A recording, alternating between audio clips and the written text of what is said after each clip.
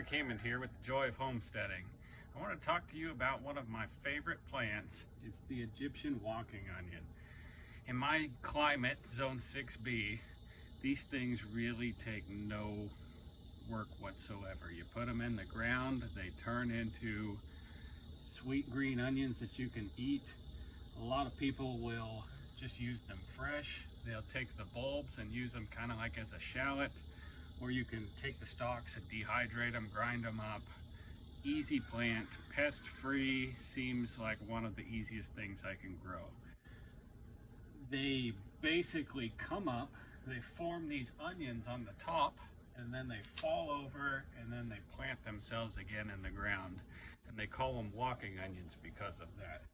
I've got some tops here that you can see. These are just the bulbs that form at the tops of them, and that's what falls over and turns into new onions.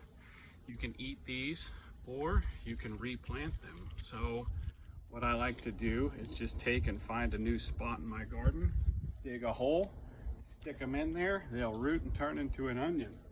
If you want to take these and give them to somebody else, spread your onions around. You can take just I like to use these solo cups because they're cheap, fill it with a high quality potting soil. You can poke holes in the bottom, and then I just take like a sharp pencil, and then I just put my onions right in there like that, and those will root and they will turn into a new onion plant that you can give to your friends and share your onions around.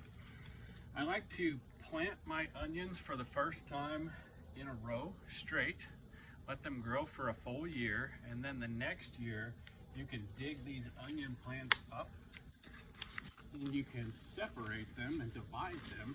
There'll be multiple onions, so I can just take and split that apart, and now I have two onion plants. I can put one back in that hole, and then I can move this one over to the next side.